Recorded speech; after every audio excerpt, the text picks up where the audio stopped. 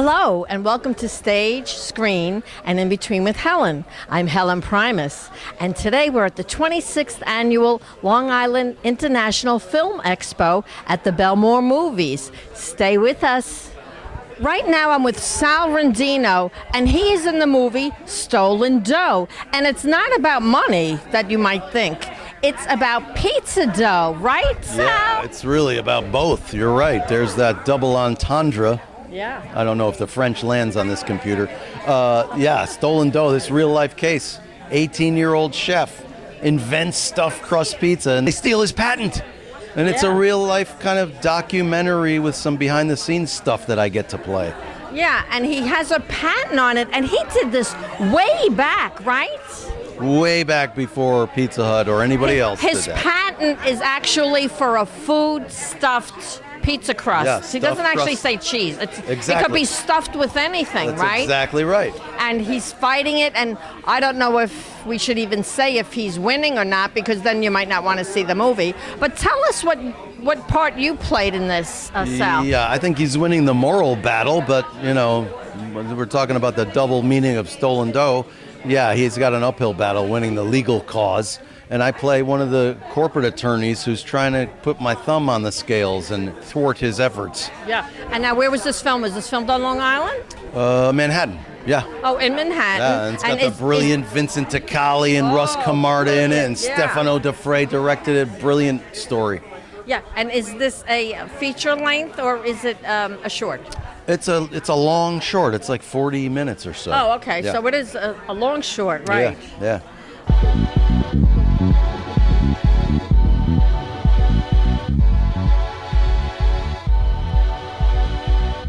Stay tuned on WDPK 83.7, the sound of tomorrow, the music of today. You are just listening to a song coming out on Forcing Records in Germany. It's the Daft Punk mix of Young Pulley's Chord Memory.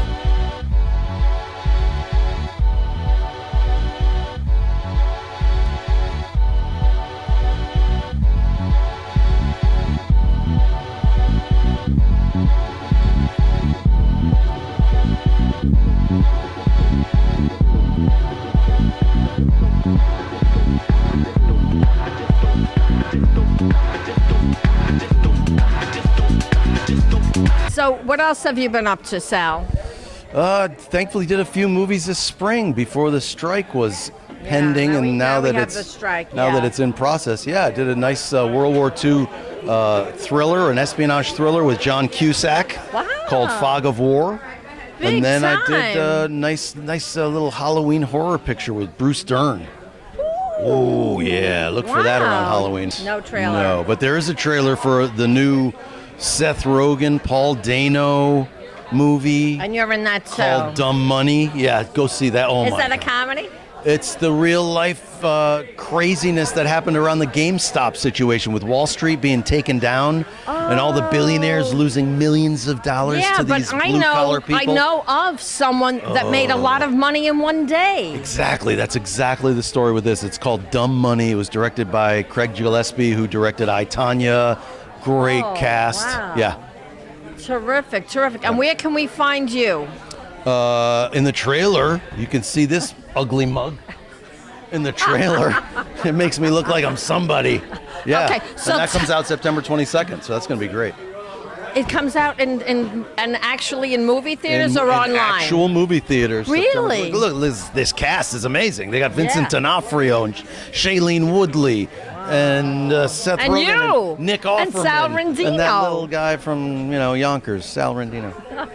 Here with me now is the president of Long Island Film and TV Foundation, Debra Markowitz. She's also a remarkable filmmaker, artist, author, right? Reiki leader, right, Debra? Yep, pretty much, all of that.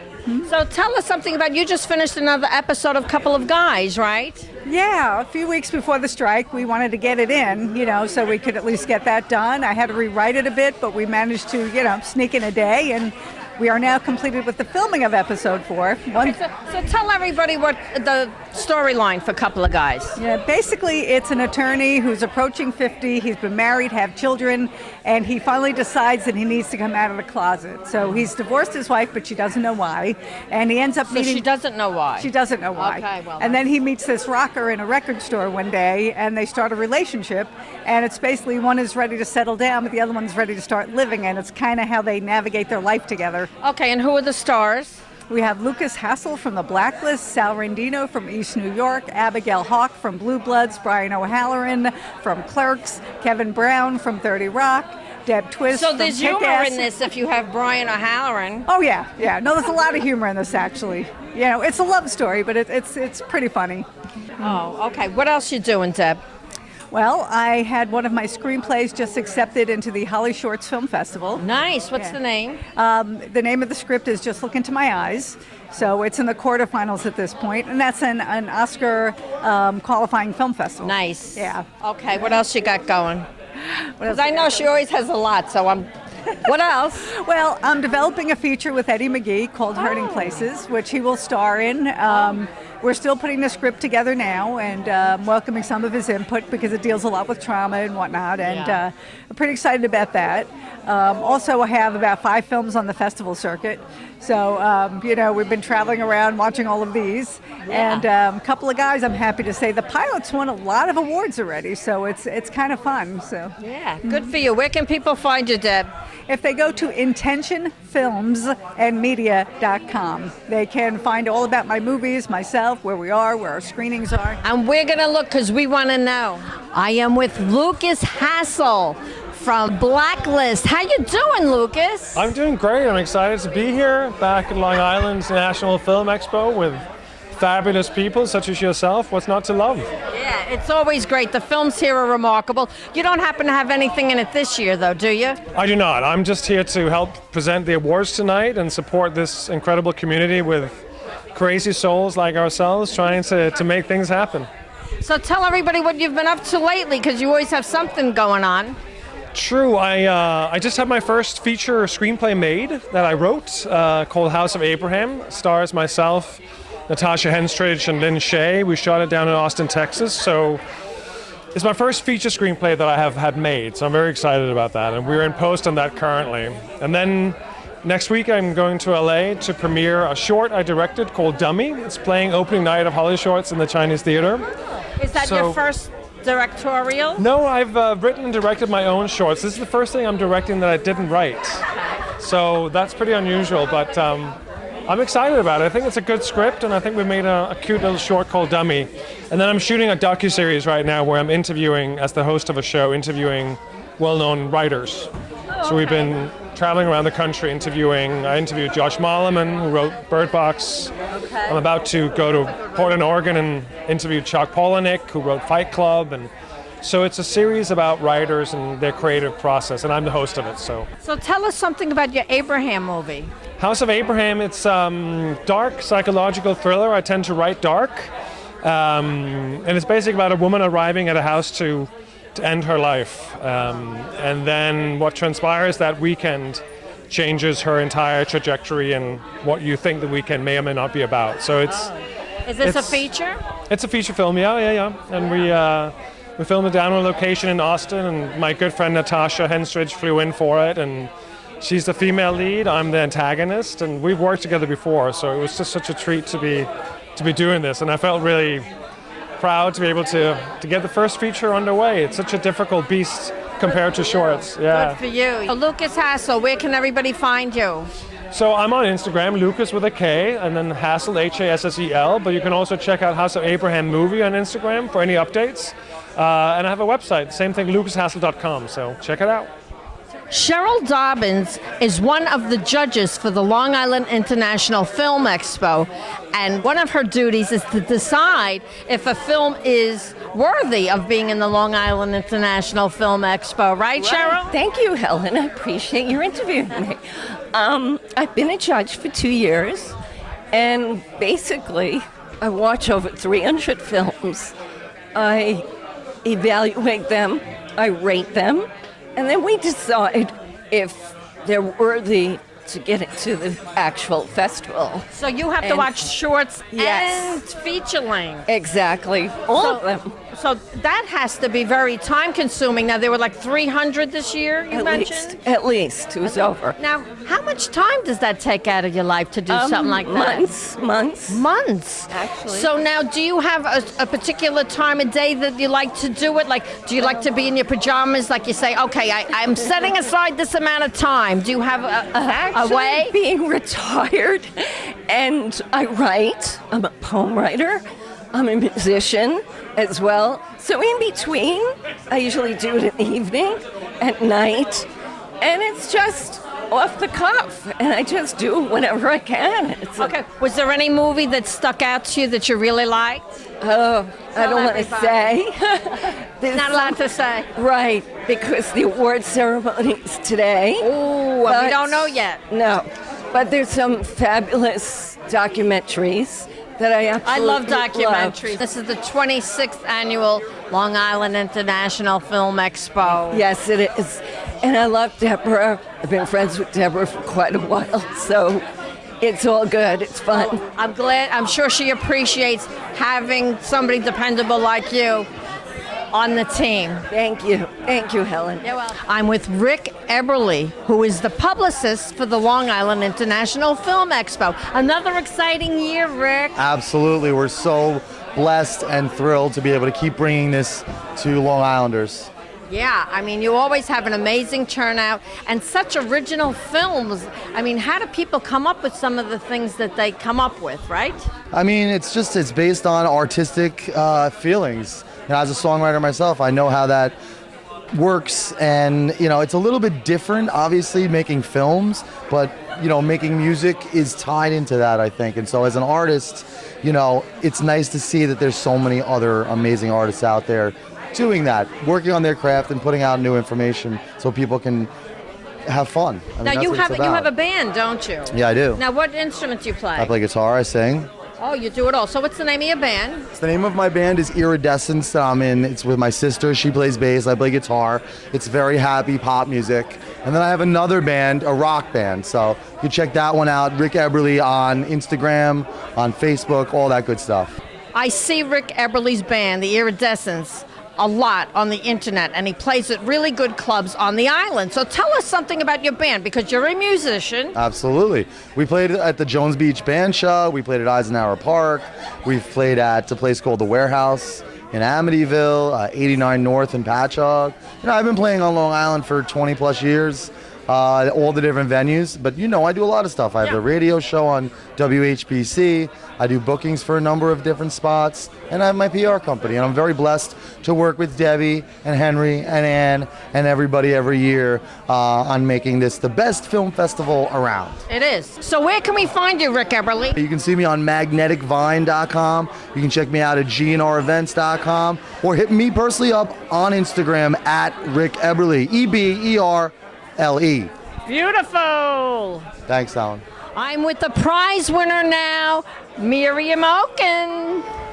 Yay! So what did you win, Miriam? I won Best Audience Award at Midnight Madness. And tell everybody, what is Midnight Madness? Midnight Madness is a crazy smorgasbord of films that are mostly horror related, of all genres, like vibes, like stop motion and real people, stop footage. And what's the name of the movie? My short film is Petunia. And you wrote it? I wrote and directed. Do you act in it? No, I am not an actor. I work behind the scenes strictly. Oh, yeah.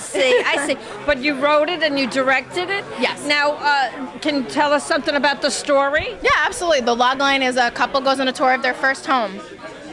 Oh, okay. That's They it. go on a tour of is the home on Long Island? No, the home is anywhere. No, it's in Massachusetts. I'm based out of Boston. It's in Massachusetts. Oh, so you came from Massachusetts for the film festival? I came from Boston to be here. Yeah. So now, how scary is your movie? I mean, it's like PG scary. That's good. That's good. Yeah, everyone can watch it. Young people can watch it. Older, all generation. So Miriam, where can we see Petunia? So it's still on the festival circuit. We're going to be there for a year, but we'll probably be releasing on YouTube around October for Halloween season. Terrific. And you're going to let everybody know? You got a website? We don't have a website, but we have a Facebook page, Petunia the Short Film, and we also have an Instagram at Petunia the Short Film. Is there a trailer? We don't have a trailer. It's only 6 minutes long. It's super short. Did you ever hear of rubbernecking? Well, E.K.M. Watson has made a movie about rubbernecking, and it is about traffic. I think that's very interesting. Thank so you. tell us something about your movie.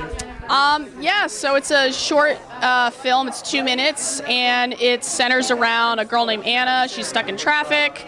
She comes across a horrific accident, and I don't want to spoil anything, but it has a very Twilight Zone kind of ending. Oh, really? You know, and it's so funny because usually when people are rubbernecking, the traffic is usually heavier on the side of the rubberneckers than where there actually was the accident. Have you ever noticed that? Oh, yeah, no, definitely. Yeah, because you know what I figure? I figure I've waited this long.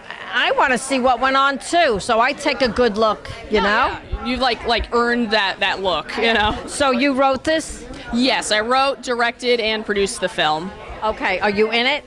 No. I'm behind the camera. Where was this filmed, on Long Island? No, so it was filmed in Massachusetts. I filmed at Medfield State Hospital. It's an old state hospital. It's defunct now, but it's used kind of as a public park. And I used the old front entrance. So it's like the gate and then leading up to the campus. So we just rented that out for a weekend. Can I ask you what made you come up with this premise? I was stuck in traffic one day, and I was also rubbernecking a little bit. I came across a very horrific car crash. The car was like flipped over, and the thing that got me was the car was very similar to the car that I was driving at the time. Wow, yeah, that's scary. So, and like I was running late, so I'm like, if I had left 20 minutes earlier, like I was supposed to, I might have been in that could have been me, you know. So I try to envision myself in the accident. I see. And that's what got me inspired to write the film. Yeah, terrific. Okay, so where can people find you and look for your work? So I'm most active on Instagram. You can follow me at Kate Marina, all one word. I'm with Glenn McBride, and he has a screenplay that was selected at the Long Island International Film Expo. So tell us something about your screenplay.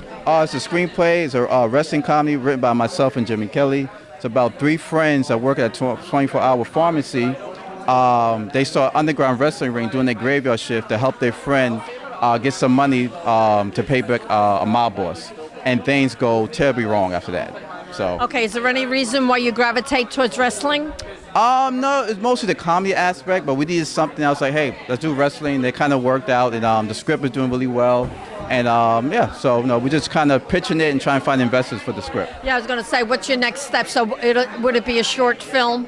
Oh, it's a feature film. It's a feature script. Oh, it's a feature script. Yeah. So it's a feature script, and we're just pitching it, And you wrote it with your friend? Jimmy Kelly, yes. And how long did that take you to write? We wrote it maybe in 4 months during the pandemic. You know what I'm saying? So we started doing Zoom meetings and stuff like that, and then we got it done. So. Oh, have you written anything before? Yes, I have a movie right now, Supply and Demand, that's doing really well on the film festival circuit, and I have 2 movies coming out, Pull Out and Stall Buddies. Good for you. And where can we see those? In other festivals? Yeah, those 2 movies, Pull Out, it's a story myself and Brandon Brass about a guy who gets his wife and mistress pregnant at the same time, and we all find out doing this Christmas dinner together. And then, so that will come out next year. And then Stall Buddies is a story myself and Brandon Brass. Again, we play 2 office workers who become best friends while sitting on opposite sides of the bathroom stall. So Stall Buddies. Oh, that's interesting. So where can people find you? You can find me on Instagram, DIR Glenn Jr. Films. You can check out everything I'm doing, and we have all my movies coming out next year. Right now I'm with Nicole Rinaldi, and she has a music video called Homecoming. How are you? Nice to meet you. Nice to meet you too. So tell everybody a little something about your music video. Yeah, so Homecoming is the amalgamation of growing up and basically moving on with the trauma that founded it. So it's kind of surrealist. It's this really beautiful emotional track by America Jane, which is a local Brooklyn band. And it's a water set, and you have all of these items that are associated with memories, and they're deteriorating the water around her. Oh, okay. So now, what made you decide to do a music video instead of like a film? Do you play an instrument, or do you sing yourself? No, I just really like the medium of music videos and how they can also tell stories in a different way. Okay. So now, how long did it take you to make? Half day. Really? And where did you shoot it? Spring Studios, Oh, okay. Where's that located? in Manhattan, in Tribeca. Oh, okay. Now, is this your first music video? No, there's like an animated music video, but this is my first big production live action one. Oh, okay. Yeah. So, what's the story about? So the song is about basically Erica, the lead singer for America Jane, going kind of down memory lane on kind of coming back home after a long period of not being home, and kind of going back memory lane. She recounts like a lake she almost drowned in, a movie theater that closed down since she's been gone, and all these things where it's just kind of bubbling All up the to the changes. surface. Yeah. Yeah. And how she's really like grown up past this. So, where can people reach out to you? Absolutely. You can find America Jane's music videos and music on YouTube or Spotify. You can follow me on Instagram at The Film Fatale. Now, this is what I love to see. Two co-directors and their ladies. So tell us the name of your movie and introduce yourself to our audience. Hi, I'm Melissa Ingle, and I'm the co-director of A Place for Ashes. And what about you? My name's Brianne Neira, and I am also the co-director for A Place for Ashes. So now, who wrote this? Ian White is our writer of our piece. He was an amazing collaborator, and also the boyfriend of Brianne right there. I know, so it's a little family event. Is this your first time directing? I've directed theater before, but this is my first time, Are you making from New the York? transition into the stage. Are you from New York? I'm from Long Island. Got to get that G in there. She's from Long Island. Oh my goodness! Don't mind my French accent. No, not at all. And so your boyfriend wrote this. Yes. So he trusted you to direct this. Do you have a legacy of directing? Yeah, so we all just graduated our undergrad, and From where? I graduated from Emerson College with a BFA in film. So I've directed before, but this is my first time directing outside of college. And yeah, really, honestly, we approached Ian and we're like, we want you to write this. So it was just a big collaboration. Tell everybody the premise of the movie. So the premise of the movie is two sisters coming home for spring break and waiting for their father to arrive. In a very waiting for Godot type situation, we see the relationship of our two protagonists as they just kill time together and see those little bits of each other that annoy them or frustrate them in the way like all sibling relationships do. They irk us in those little special ways, you know? So would you consider this a comedy? No, we would consider it more of a drama and specifically coming of age. Okay, and how many minutes does it run? It's 17 minutes. My name is Brianne Neira. I am the co-director of A Place for Ashes, and we want to say thank you to Bailey Massajak, who is our lead Phoebe, and Carly Polestina as Taylor. Well, I want to be frank with you. Oh no, that's Amanda Gordon. She has a movie called Frank. Tell everybody about your movie, Amanda. Well, thank you for having me. Frank is about a screenplay about a man who, when he passes away, he's given the statistics of his life, and he's brought up to heaven, and then he finds out he has an extra child he didn't know about, so he's granted some more time on earth to be able to find this child and make a connection with him or her. Is this a shorter feature? It will be a feature, yes. It will be a feature because this is just a screenplay, right? Correct, yes. Okay, is this your first one?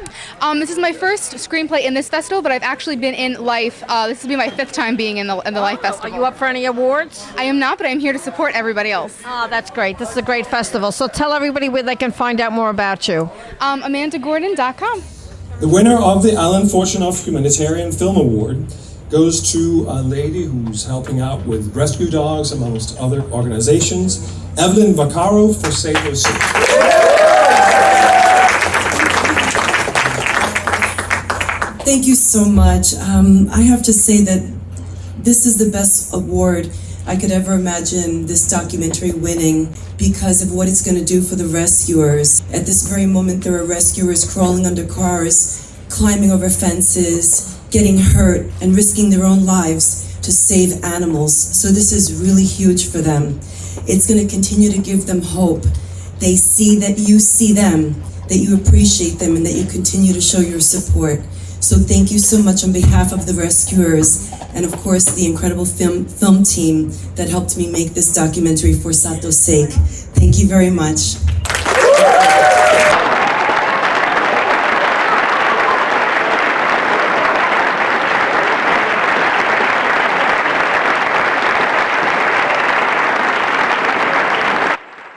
TV broadcast info is on the show's Facebook page.